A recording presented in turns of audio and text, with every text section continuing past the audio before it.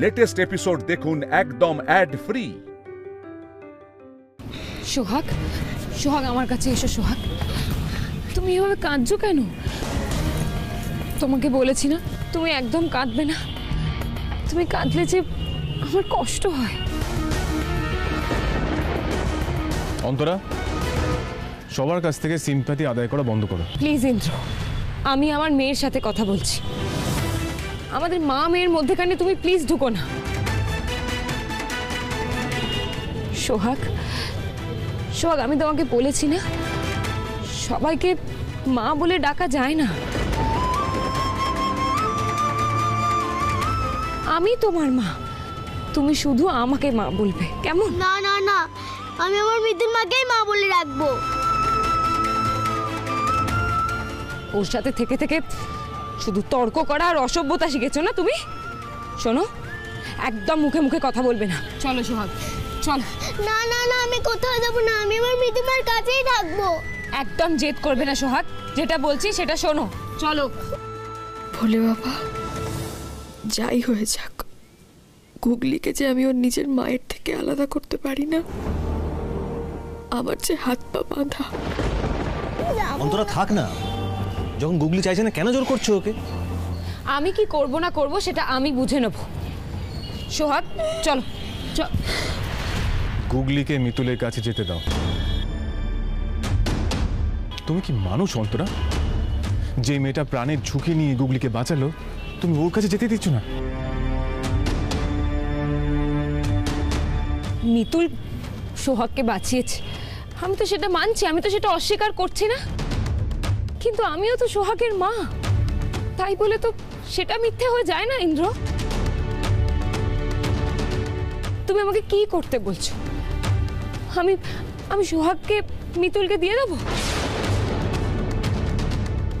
দেখো, এখানে উপস্থিত সমস্ত বাবা মাদের মতো আমিও মিতুলের কাছে কৃতজ্ঞ যে ও ওদেরকে বাঁচিয়েছে, কিন্তু আমি তো আমার মেয়েকে ওকে দিয়ে দিতে পারবো না। তাও আবার সেই মেয়েকে যাকে আমি এতগুলো বছর পরে নিজের কাছে পেয়েছি। বলো মিতুল, কি জন্য তুমি সবার সামনে এত মহান, এরকম সুপার হুমান দেখালে নিজেকে? সোহাগকে আমার থেকে কেড়ে নেবে বলে, তাই তো? বলো মিতুল, উত্তর দাও। শান্ত হও অন্তরা দিদি। আমি কোনো কিছু পাওয়ার জন্য এসব করিনি। আমি শুধু জানতাম আমার গুগলি বিপদে পড়েছে, তার সঙ্গে এতগুলো বাচ্চা বিপদে পড়েছে, তখন ওদেরকে বাঁচিয়ে নিয়ে আসা আগে দরকার ছিল। আমার মাথা কাজ করছিল না। এর মধ্যে কোনো স্বার্থ নেই। আমার যা মনে হয়েছে তাই করেছি।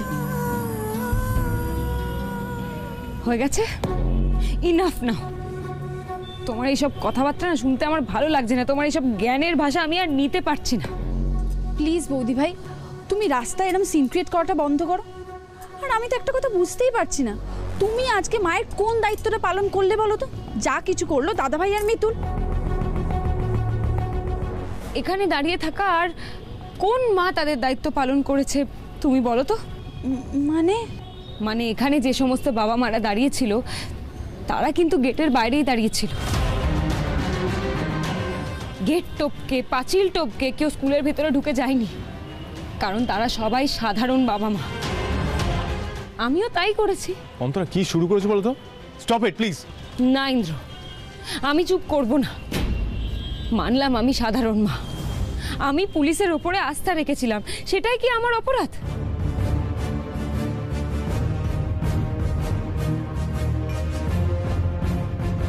দেখো মিতুল, আমি তোমার মতো বুদ্ধিমতী বা শক্তিশালী নই। আমি একজন সাধারণ মা, কিন্তু তাই বলে কি আমি আমার মেয়ের কাছে অ্যাকসেপ্টেন্স পাবো না? তুমি যদি সোহাগের আশেপাশে থাকো তাহলে ও সারাটা জীবন এটাই ভাববে যে ওর জন্য যা করার তুমিই করো। আমি কোনোদিন ওর কাছে অ্যাকসেপ্টেড হব না। এটা কি ঠিক বলো তো? দেখো মিতুল, তুমি আমার মেয়েকে বাঁচিয়েছো, তার জন্য আমি তোমার কাছে চিরকৃতজ্ঞ থাকবো, কিন্তু তাই বলে আমার সৌভাগ্যকে আমার থেকে এইভাবে কেড়ে নিও না মিতুল। মিতুল, আমি তোমার দুটি পায়ে পড়ছি। কি করছো তুমি? আমি তো চলে যেতেই চেয়েছিলাম, আসলে গুগলিটার বিপদ দেখে নিজেকে সামলে রাখতে পারিনি। তুমি একদম চিন্তা করো না, তোমার কাছ থেকে তোমার মেয়েকে আমি কেড়ে নেব না অন্তরা দিদি। আমি চলে যাব, আমি অনেক দূরে চলে যাব। মিতুল মা,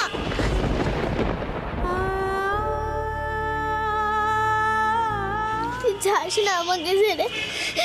আমি তোকে আর কখনো বকবো না, কখনো না।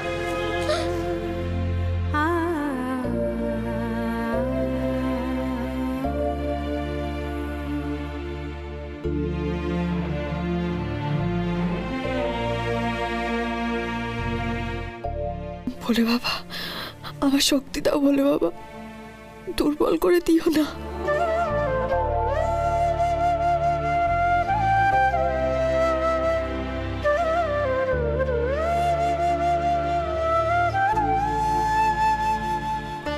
ভাই দেখ, আমি বুঝতে পারছি তো রাগ হচ্ছে, কিন্তু তুই মিতুলের হয়ে আর একটা কথা বলবি না।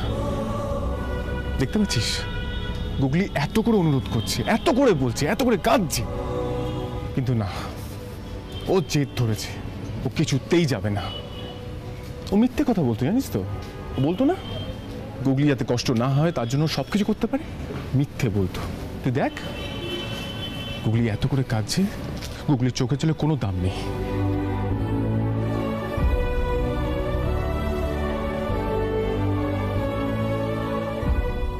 ইন্দ্র, অন্তরা কেন ফিরে আসলো বলতো? সব শেষ করে দেবে সব।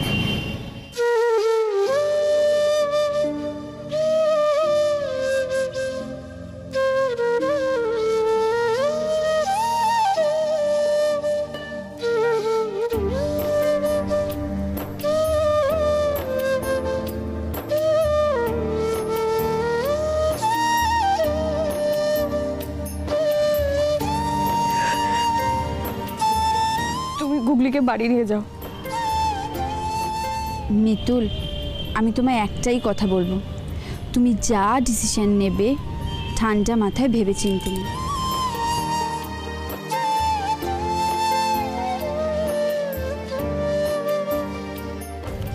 গুগলি, তুমি চলো আমার সাথে বাড়ি চলো। বৃষ্টি বৃষ্টি, মিতুল মা বাড়ি ফিরবে তো?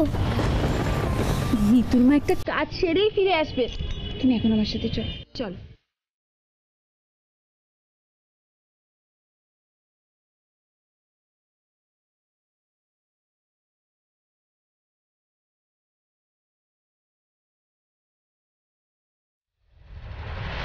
হয়েছে তোমার মহান সাজা?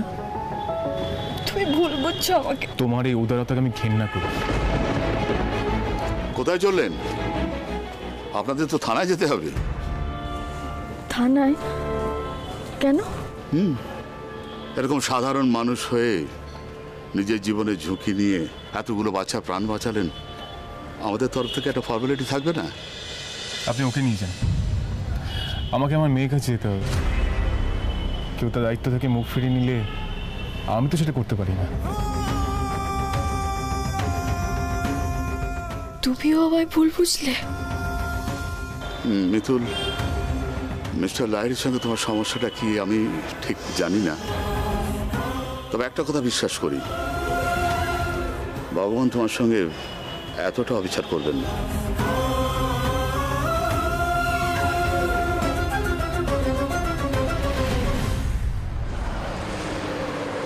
আমাদের ভেতরে যেতে দিন, আইজি স্যারের সঙ্গে আমাদের কথা হয়ে গেছে। আর কতক্ষণ ওয়েট করব? আমরা ভেতরে যেতে চাই, আমাদের ছাড়ুন প্লিজ। আপনারা শান্ত হন, সময় মতো আইজি স্যার নিজেই মিতুল ম্যাডামকে নিয়ে এখানে আসবে। ছাড়ুন, আইজি স্যারকে ডাকুন, প্লিজ ডাকুন। এখানে হই হল্লা আপনি ডাকুন, প্লিজ। সত্যি মিতুল, তোমার মতন একজন ফাইটারকে নিজের বোন হিসেবে পেয়ে আমি সত্যিই গর্বিত। আশীর্বাদ করবেন দাদা, এইভাবেই যেন সবসময় আপনাদের মুখ রাখতে পারি। মানুষের জন্য ভালো করতে পারি। অবশ্যই পারবে মিতুল। ফাইটার কাদের বলে জানো? যাদের মনের মধ্যে লড়াইয়ের একটা স্পিরিট থাকে। তুমি হচ্ছে একদম সেরকম একজন মানুষ। You are a real fighter. তুমি যেখানে যাবে সেখানেই সব কিছু আলো করে রাখবে। আমি তো নিজের চোখেই বিশ্বাস করতে পারছিলাম না। এত বছরের চাকরি জীবনে আমি এরকম রিস্কি অপারেশনের আগেও দুবার করেছি, বাট আমার চোখে দেখা এই ঘটনা কিন্তু ভীষণ ক্রিটিক্যাল ছিল। কোনো পরোয়া না করে, কোনো কারো সাহায্য ছাড়া আপনি যেভাবে সবাইকে বাঁচানোর জন্য নিজে ঝাঁপিয়ে পড়েছিলেন, seriously hats off to you. এভাবে বলবেন না ম্যাডাম, আমার একার পক্ষে কোনো কিছুই করা সম্ভব হতো না। আমার স্বামী থেকে শুরু করে আপনারা প্রত্যেকে আমার পাশে ছিলেন বলে আমি এটা করতে পেরেছি। আমার একার পক্ষে কোনো কিছু সম্ভব হতো না। ভোলে বাবা আমার সহায় ছিলেন। এবার আপনারা এখানে একটু দাঁড়ান তো, আপনাদের উপর দিয়েও তো অনেক ধকল গেছে। আমি বরং সবার জন্য একটু চা বানিয়ে নিয়ে আসি, কেমন? কোথাও যাবে না, চুপ করে বসো। বসো, চা করতে যাচ্ছে। আরে আপনি আজ সেলিব্রিটি, আপনি বসুন এখানে। বাইরে অলরেডি প্রচুর ভিড় জমে গেছে। এই কিছুক্ষণের মধ্যেই তো প্রেস কনফারেন্স স্টার্ট হবে। আরে ভয় পেও না, এসো এসো এসো। স্যার, প্রেমনাথ মার্ডার কেসে এই রিক্সাওয়ালাই মার্ডারকে পালিয়ে যেতে দেখেছিল স্যার। আমি আর্টিস্টকে কল করে দিয়েছি, আর কিছুক্ষণের মধ্যেই হয়তো চলে আসবে। তারপর স্যার তাহলে আমরা স্কেচটা কমপ্লিট করিয়ে নিতে পারি। আসতে পারি? আমায় ছবি আঁকার জন্য ডাকা হয়েছিল। উফ, এবার এই মিতুল মিতুল করাটা একটু বন্ধ করতে হবে। আরে আসুন আসুন আসুন স্যার, বলছিলাম কি এই কেসটা আমি একাই হ্যান্ডেল করে নিতে পারবো। মানে এনাকে দিয়ে সন্দেহভাজনের স্কেচটা আমি আঁকিয়ে নিতে পারবো স্যার। পুরো ব্যাপারটা আমি ডিল করিয়ে নেব। আসলে মাথা খাটিয়ে ক্রিমিনালদের খুঁজে বের করার থেকে ওই লম্পঝম্প করে ক্রিমিনাল ধরা অনেক সহজ। এই যে ভাই, পুরো ঘটনাটা তুমি এনাকে বলবে। হ্যাঁ ঠিক আছে, কানন যখন বলছে তখন ওর কথা একবার ভরসা করা যাক। কানন, তুমি তাহলে এদিকটা সামলে নাও, আমরা বরং বাইরে গিয়ে দেখি ওই বাকি আততায়ীদের লিস্টটা বানিয়ে ফেলি। হ্যাঁ চলো, অসীমা, গনা, চলো। এসো, তোমরা এখানে বসবে। বসো। তুমি যেমন দেখেছো তেমনটাই বলো ওনাকে।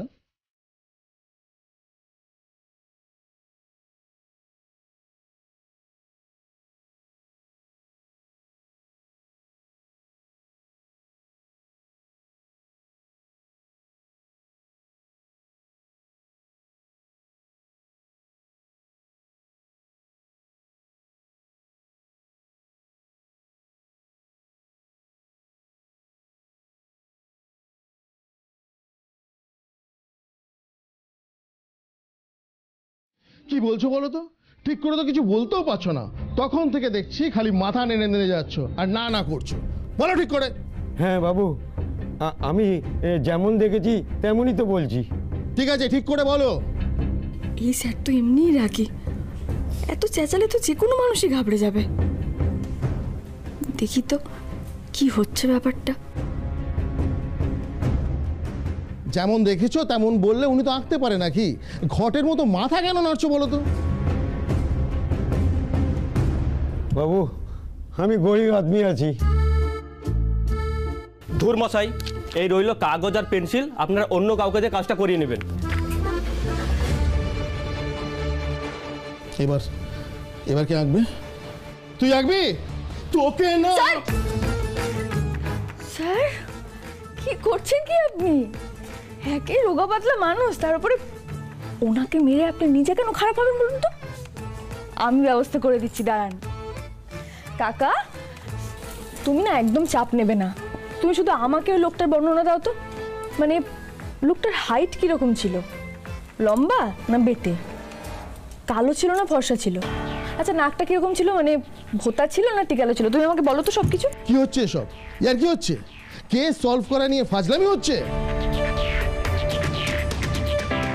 স্যার, আপনি রাগ করবেন না, আমি একটিবার একটু চেষ্টা করে দেখি। আপনি কি ম্যাজিক ওম্যান নাকি?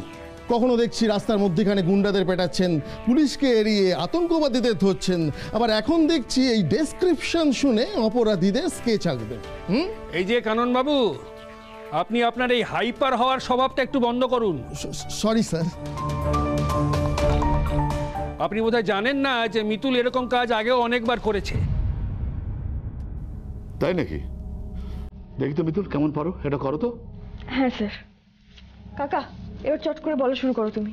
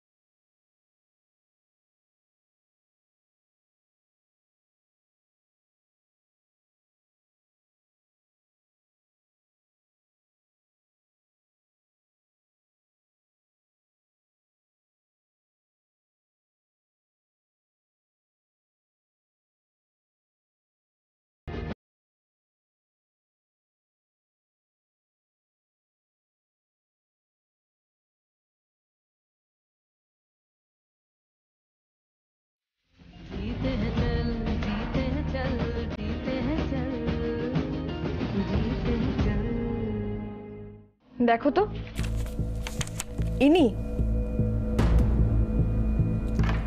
হ্যাঁ হ্যাঁ হ্যাঁ দিদিমণি,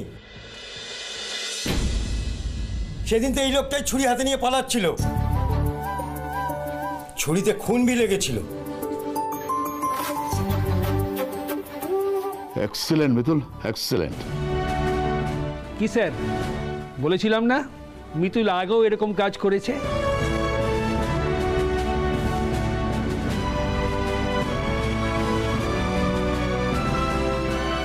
স্যার কি ভাবছেন? কি ভাবছি সেটা তোমায় পরে জানাচ্ছি। এখন চলো, প্রেস মিট করার সময় হয়ে গেছে, চলো।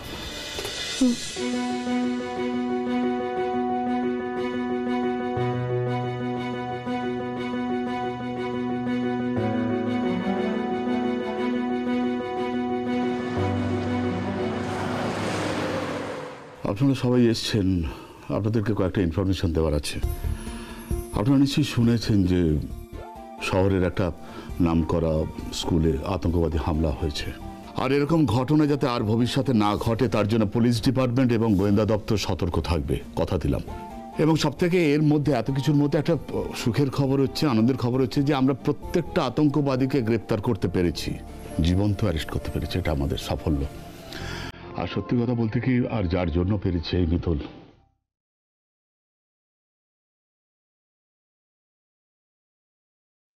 সমস্ত কৃতিত্বটাই ওর আর ওর হাজব্যান্ডের প্রাপ্য, প্রশংসার দাবি রাখে অবশ্যই। যেভাবে একটা নিজের জীবনটাকে ঝুঁকি নিয়ে, যেভাবে রিস্ক নিয়ে বাচ্চাদেরকে বাঁচিয়ে এনেছে, সত্যি আমরা ওর কাছে কৃতজ্ঞ।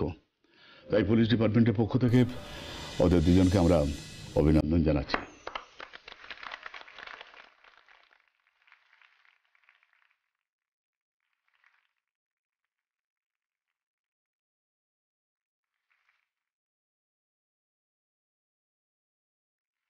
ম্যাম, আপনি কি করে এই অসাধ্য সাধন করলেন?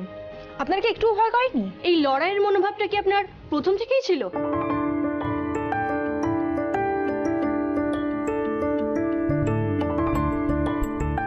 ভোলে বাবা, কি বলো তো, আশপাশ দেখে শুনে তো আমার সব গুলিয়ে যাচ্ছে।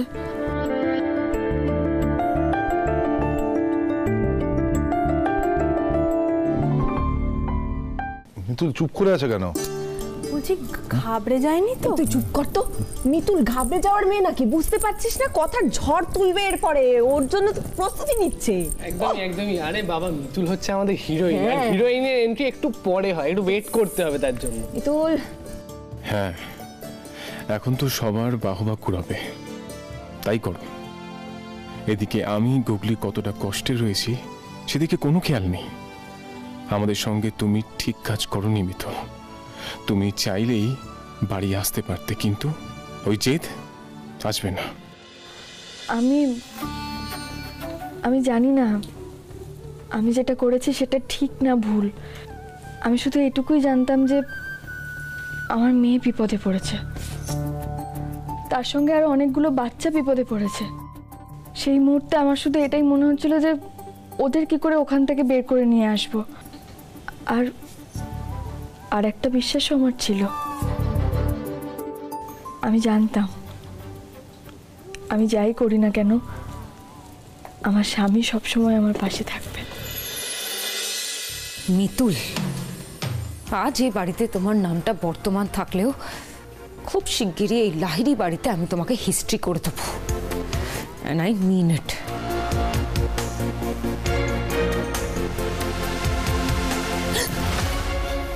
বাবা খুব চিন্তা করছিল মনে হচ্ছে। আরে বাবা, এত চিন্তা করার কি আছে? মিতুল কি করবে? কিচ্ছু করতে পারবে না। কি ভাবে মিতুল? পুলিশ ওকে বড় জোর একটা ফুলের বুকে আর এক প্যাকেট মিষ্টি দিয়ে টাটা বাই বাই করে দেবে। আমাদের সম্পত্তি আর ক্ষমতার মাঝখানে ওই মিতুল কোনো প্রবলেম হয়ে দাঁড়াবে, সেটা একদম পসিবল না। একটা কথা বলতে আমার কোনো সংকোচ হচ্ছে না এই মুহূর্তে, যে এইটুকু মেয়ের এত ক্ষমতা আগে না দেখলে বিশ্বাস করা যেত না। জানেন, ও আমাদের এই থানায় চা বানানোর কাজে বহাল হয়েছিল।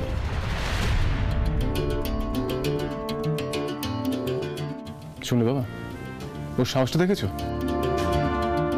ইন্দ্রজিৎ লাহিড়ীর বউ নাকি চা বানাবে। আমাদের অফিস থেকে রিজাইন দিয়ে এখন চা বানাচ্ছে। ওকে এক্স্যাক্টলি এই কাজটাই মানায়। মিতুলের এই সাহসিকতায় মুগ্ধ হয়ে আমি ওকে অন্য কাজের অফার দিচ্ছি। কি কাজ স্যার? জানেন, আরেকটা গুণের কথা রিসেন্ট জানতে পারলাম, ও খুব ভালো শুনে শুনে ছবি আঁকতে পারে, জানেন তো? সেই ছবি আঁকার কাজে ওকে চুক্তি ভিত্তিতে আমাদের থানায় নিযুক্ত করলাম।